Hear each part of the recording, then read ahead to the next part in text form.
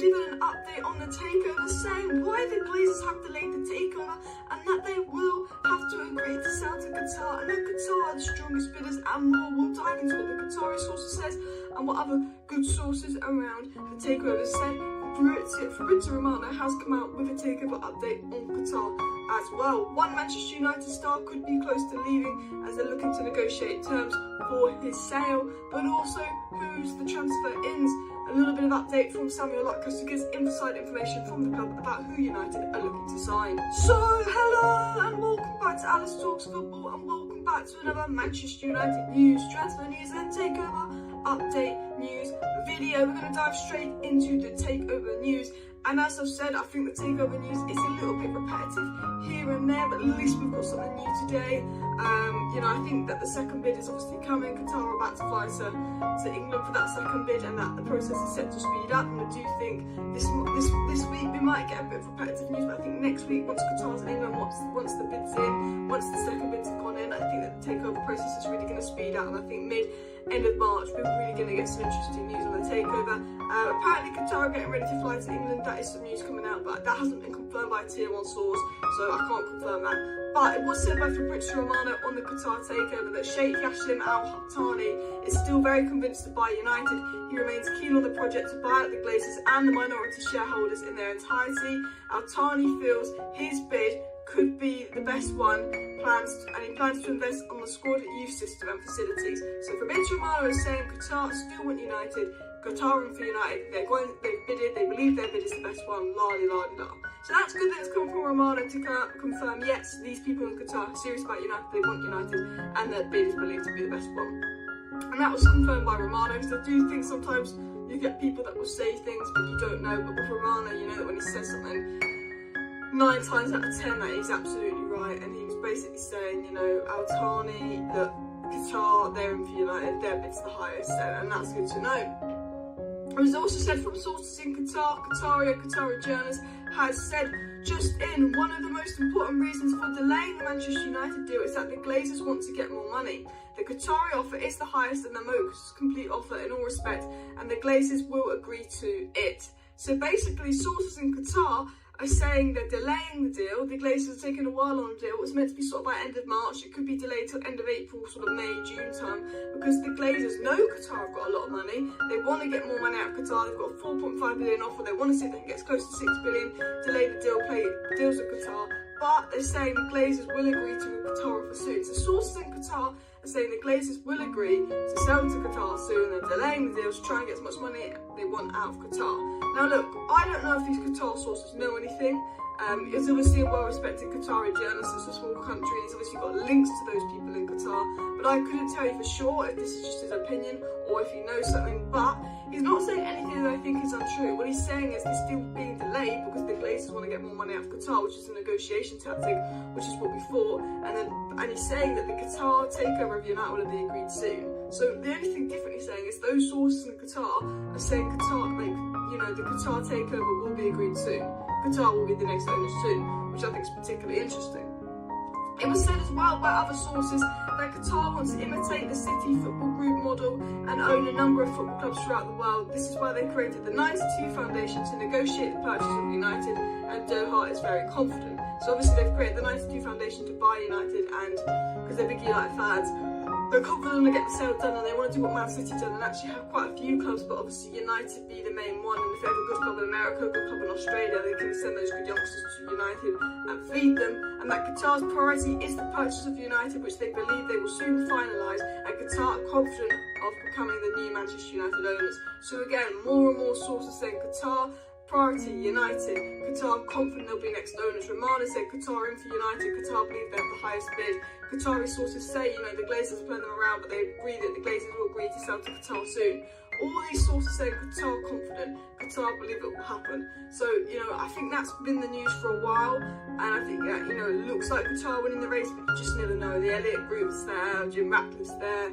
I think it'll be interesting to see how these next few weeks plan out. I'm still 70% on Qatar, 30% Glazers staying at sector minority stake. I don't think we'll get Jim Ratcliffe because I don't think he can compete with Qatar. But it'll be interesting to see what happens after the second round of bids, because the second round of bids, after that goes in, it will be United, Rain Group, the the rain group invite United and the 3 other people interested to go around Old Trafford, which obviously is happening at the moment. Then after that, next week will be the start of the second bid.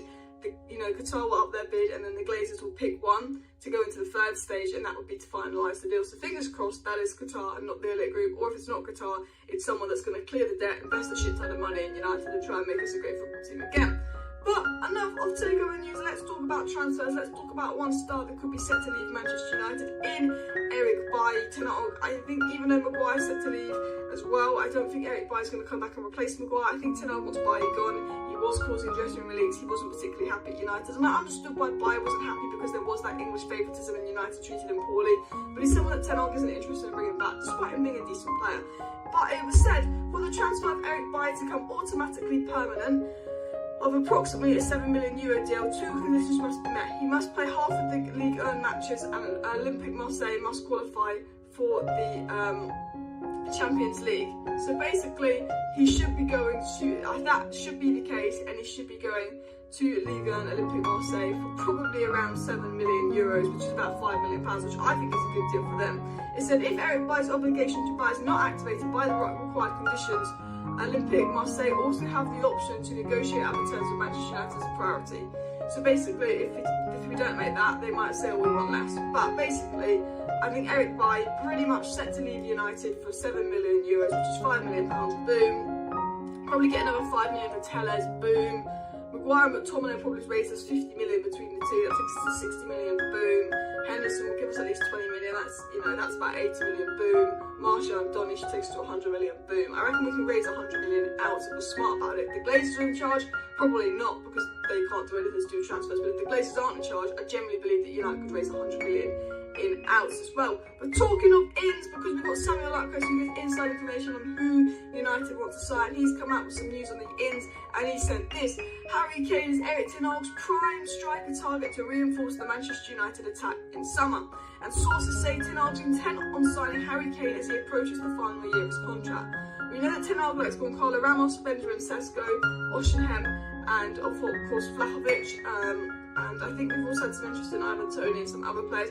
It seems that the list seems to be Harry Kane number 1, Osimhen number 2, and Carlo Ramos number 3. I think they're the 3 main striker options for United. And Samuel Luckos is saying Harry Kane is the one he wants. Harry Kane is the one to put his list. Harry Kane's the one he's intent on signing.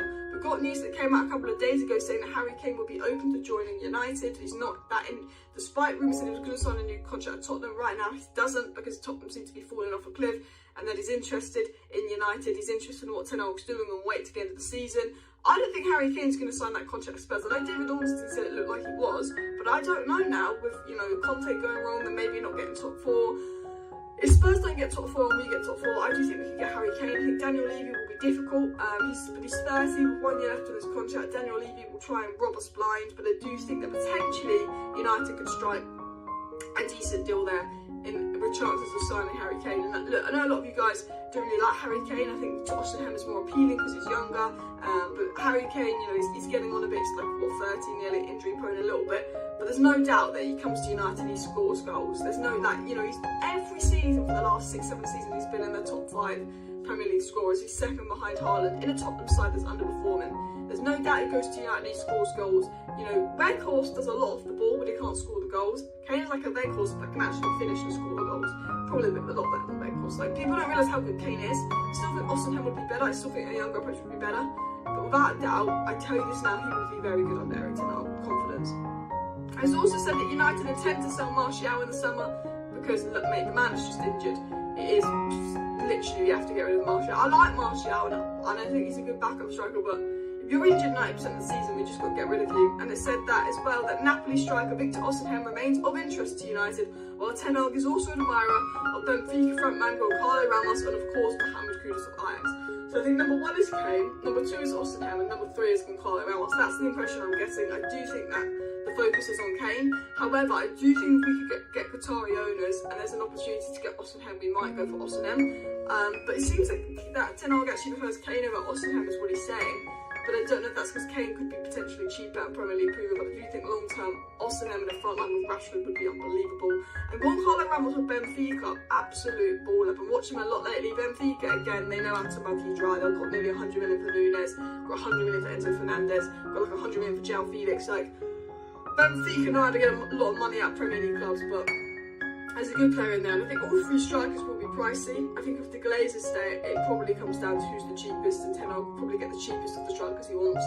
If Qatar come in, I think Ten Hag gets what he wants. So let's hope Qatar, or at least new owners, come in that have ambition to buy and back Ten Hag, because as I've said, I think Ten Hag is the man. I think Ten Hag is a fantastic manager, and I think he just needs to back him to get to the top. He wants Martial gone, he wants Bailly gone, he wants a lot of players gone, he wants a lot of players in. So let's see if United do that. Smash like, smash subscribe. I will be back tonight with a news update. See you then. Bye.